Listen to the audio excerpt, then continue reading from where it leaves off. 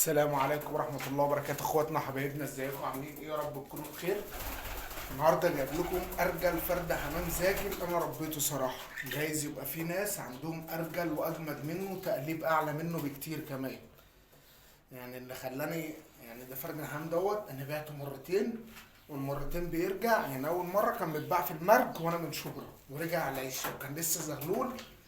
يعني عليه 7 أو 6 ورجع فضل من ربنا، رجع مخلص ريش الزاجل وحلاوته. يعني لو قعدنا بص ننفخ في الزاجل ونقول مش هنوفي له حقه. فرد الحمام ده من اوفى الحمام اللي انا ربيته في حياتي كلها. حاجه كده الله اكبر الله اكبر. يعني قول ما شاء الله. جايز يبقى مش تقليبه على حاجه، بس تقليبه كويس.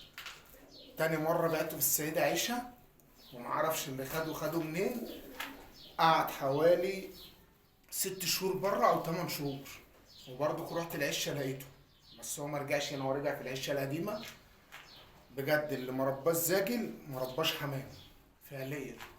بس فرد حمام ادعولنا بالبركه. فرد حمام جدع قوي زي ما انتم شايفين. يعني مش احسن حاجه في الزاجل، بس فرد حمام واعي قوي وذكي جدا. عشان كده انا قررت اخليه.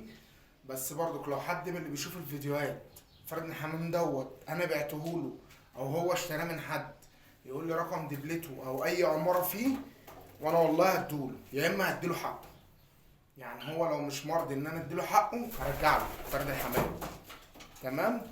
ربنا يبارك للي كان شاريه مني، ويبقى يسامحني فيه، ويكلمني يقول لي انا عايز حقه، وانا هديله حقه والله. تمام. ادعونا بالبركه.